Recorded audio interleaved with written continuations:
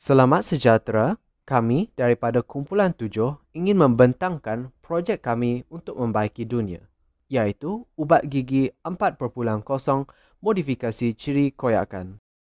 Kumpulan kami terdiri daripada 7 ahli seperti yang berikut. Assalamualaikum dan salam sejahtera. Saya Syakira Ali binti Rushdi dan saya akan membentangkan tentang situasi masalah yang dihadapi. Terdapat 3 masalah utama yang dapat dikenal pasti. Yang pertama adalah pembaziran ubat gigi di dalam tiup. Hal ini kerana sesetengah individu tidak akan menggunakan ubat gigi sehingga habis, malah mereka terus buang apabila kandungan di dalam tiup berkurang. Ini boleh mewujudkan satu tabiat membazir di dalam masyarakat dan ia adalah tidak bagus. Seterusnya, masalah yang dihadapi adalah sukar untuk pengguna untuk menggunakan ubat gigi sehingga habis. Contohnya apabila dalam keadaan yang memerlukan, pengguna harus menggunakan gunting atau alatan yang tajam untuk memotong tiup tersebut bagi menghabiskan kandungan ubat gigi. Akhir sekali, masalah yang ketiga adalah dapat memberi kesan kepada hidupan akuatik. Hal ini kerana terdapatnya bahan-bahan yang berbahaya yang terkandung di dalam ubat gigi. Seperti Beryllium Blue FCF, ini adalah pewarna biru yang selalu dijumpai pada setiap ubat gigi. Bahan ini akan berada di dalam air dalam jangka masa yang lama dan boleh memberi kesan kepada kehidupan akuatik. Yang kedua adalah natrium pyrophosphate. Natrium pyrophosphate ini mengandungi bahan fosforus yang menggalakkan pertumbuhan alga di dalam air. Seperti mana yang kita tahu, pertumbuhan alga yang tidak terkawal akan menyebabkan peningkatan karbon dioksida di dalam air yang boleh menyebabkan kehidupan akuatik yang berada di bawah alga tersebut akan lemas dan juga mati. Okey, baiklah. Bagi permasalahan ubat gigi yang hampir habis sukar untuk dikeluarkan dari tiub ubat gigi, kami mendapat idea yang baru yang mana telah kami inovasikan ubat gigi tersebut kepada suatu produk yang dapat membantu menyelesaikan permasalahan tersebut, di mana kami menambah fitur-fitur jalur kecil di hujung ubat gigi tersebut. Jalur-jalur kecil itu mampu dikoyak pada bila masa jika berkeperluan. Dengan ini, secara tidak langsung kita dapat mengelakkan pembaziran ubat gigi tersebut. Kami melihat perkara ini sebagai satu inovasi yang kreatif kerana kami dapat mengaitkan diri kami berlima yang menghadapi masalah yang sama untuk mengeluarkan ubat gigi yang ingin habis daripada tiub ubat gigi tersebut. Ianya bukan sahaja dapat menyenangkan semua pihak, namun juga dapat menjimatkan kos, tenaga dan masa. Alright, selamat sejahtera. Nama saya Milan Habib Maidong dengan nombor metrik A190610. Sekarang saya akan terangkan cara pembuatan produk kami. Video mengenai cara pembuatannya secara terperinci akan dipaparkan kemudian. Pertama sekali, kami memerlukan gunting atau apa-apa alat yang tajam yang boleh melaksanakan kerja pemotongan dengan sempurna. Kami memerlukan jarum, tiub ubat gigi yang hampir habis dan pemetik api. Seperti yang telah diterangkan, ubat gigi amat sukar untuk dikeluarkan dari tiub ubat gigi yang hampir habis. Oleh itu, untuk menyelesaikan masalah ini, sesuatu inovasi haruslah dilaksanakan pada tiub ubat gigi ini di mana fitur strip akan ditambahkan pada hujung tiub ubat gigi ini yang boleh dikoyakkan.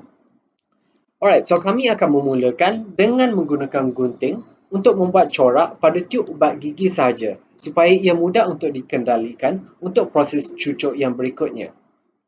Selepas itu, kami akan panaskan hujung jarum ini yang tajam dengan pemetik api supaya ia boleh menembusi tiub ubat gigi ini dengan mudah. Oleh itu, kami akan mencucuk tiub ubat gigi ini mengikut corak yang telah ditetapkan oleh gunting sebentar tadi. Selepas itu, setelah selesai proses cucuk pada tiub ubat gigi ini, fitur strip telah pun diwujudkan di mana ia boleh dikoyakkan supaya ubat gigi yang sedikit lagi tersebut boleh dikeluarkan dengan mudah. Terima kasih. Sekarang saya akan menerangkan cara mencipta produk. Kami memerlukan jarum, gunting atau apa-apa alat yang tajam yang boleh melaksanakan kerja pemotongan dengan sempurna, tiub ubat gigi yang hampir habis, dan pemetik api. Kami mulakan dengan menggunakan gunting untuk membuat corak pada tiub ubat gigi. Terlebih dahulu, kami akan memotong bahagian tiub ubat gigi yang tidak terdedah kepada ubat gigi. Kita akan teruskan dengan proses membentuk corak.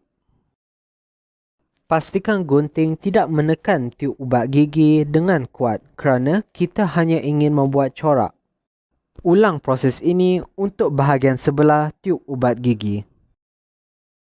Sebagai peringatan, kami tidak memotong tiub ubat gigi tersebut.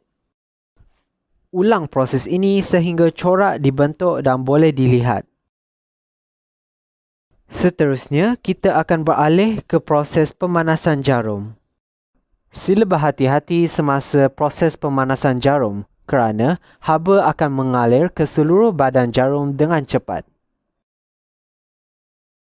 Sekarang, kami akan beralih ke proses terakhir di mana kami akan menggunakan jarum yang panas untuk mencucuk tiub ubat gigi tersebut.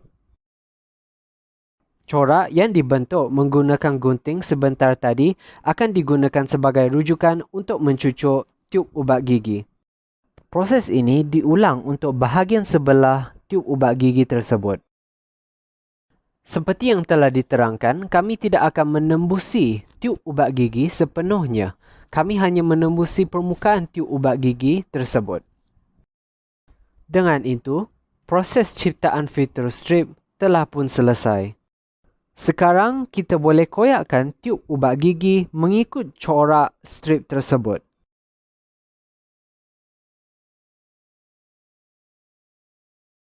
Oleh itu, proses untuk mengeluarkan ubat gigi dari tiub ubat gigi yang hampir habis sudah menjadi lebih mudah.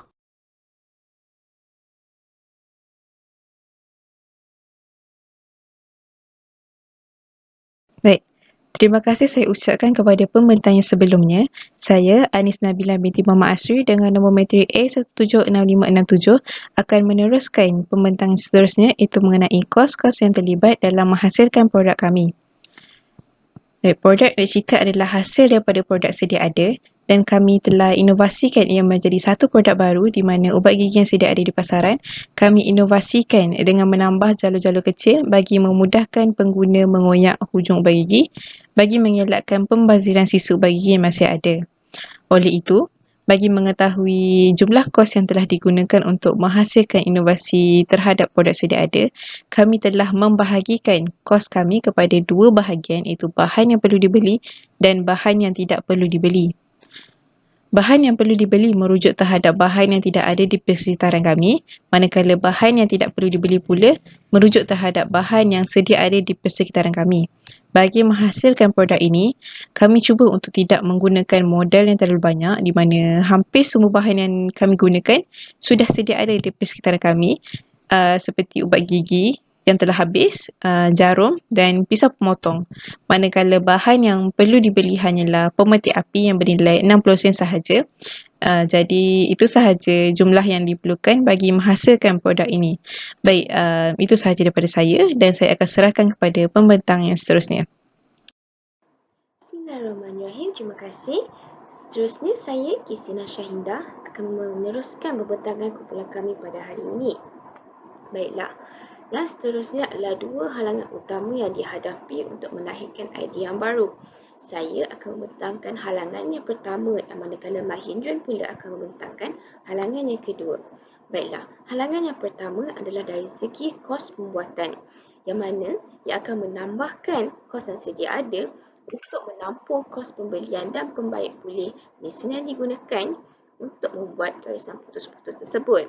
Hal ini adalah kerana seperti yang kita semua tahu, pembuatan yang telah ditunjukkan oleh modal kami dalam video tersebut hanya menggunakan jarum dan lighter sebagai sumber api kami. Namun, bagi pembuatan secara besar-besaran seperti kinang dan sebagainya, proses ini memerlukan sebuah mesin yang mana ia dapat menghasilkan garisan putus-putus ini, iaitu tempat koyak ini dalam masa yang singkat dan dalam kuantiti yang banyak. Baiklah, itu sahaja daripada saya. Seterusnya, saya mempersilakan Mahindra untuk membentangkan halangan yang kedua dihadapi untuk melahirkan idea yang baru bagi produk kami. Sekian, terima kasih. Terima kasih. Nama saya Mahendran dan saya akan membentangkan halangan kedua yang kami hadapi untuk melahirkan idea baru. Halangan seterusnya yang kami hadapi dalam melahirkan idea baru adalah keberkesanan suatu idea. Motif kumpulan kami adalah untuk melahirkan sebuah idea projek yang bukan sahaja menyelesaikan masalah sedunia, tetapi hendaklah menjadi suatu projek yang berkesan dalam menyelesaikan masalah tersebut. Satu idea projek semestinya perlu mengurangkan usaha manusia dan menjimatkan masa mereka dalam menyelesaikan suatu masalah. Oleh itu, tidak cukuplah produk tersebut bersifat kreatif, tetapi haruslah efektif dalam tujuan penciptaannya. Sebagai contoh, satu idea yang dibuang oleh kumpulan kami adalah idea bungkusan potato chips yang boleh ditutup semula.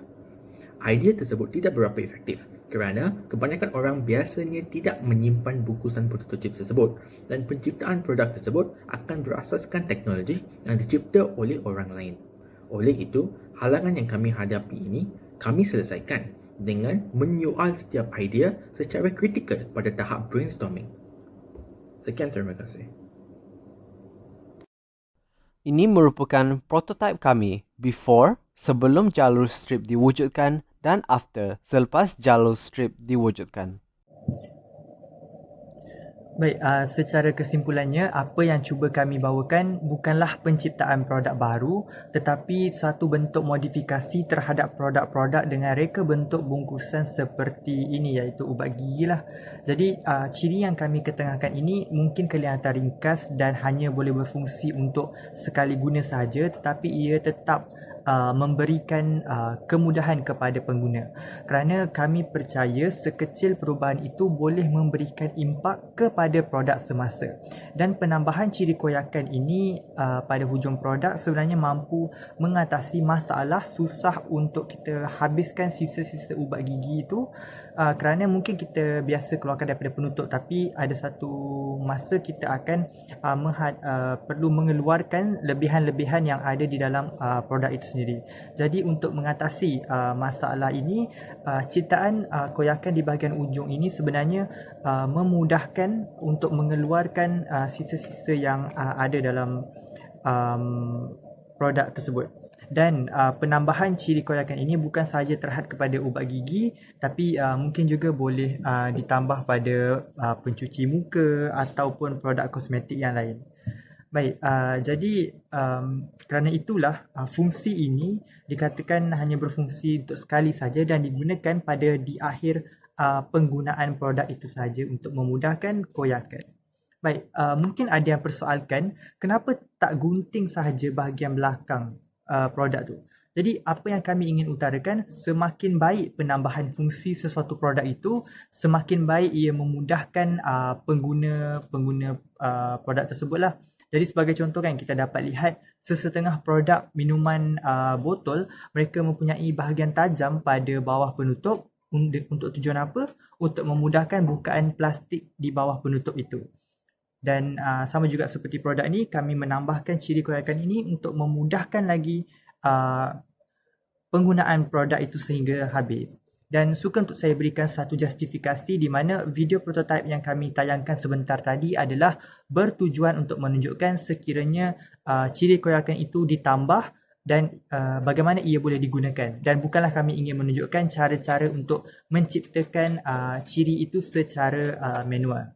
Baik, jadi di sini inovasi yang cuba kami bawakan adalah penambahan ciri koyakan pada hujung produk untuk memberikan kemudahan kepada pengguna sekaligus dapat mengelakkan pembaziran terhadap produk tersebut.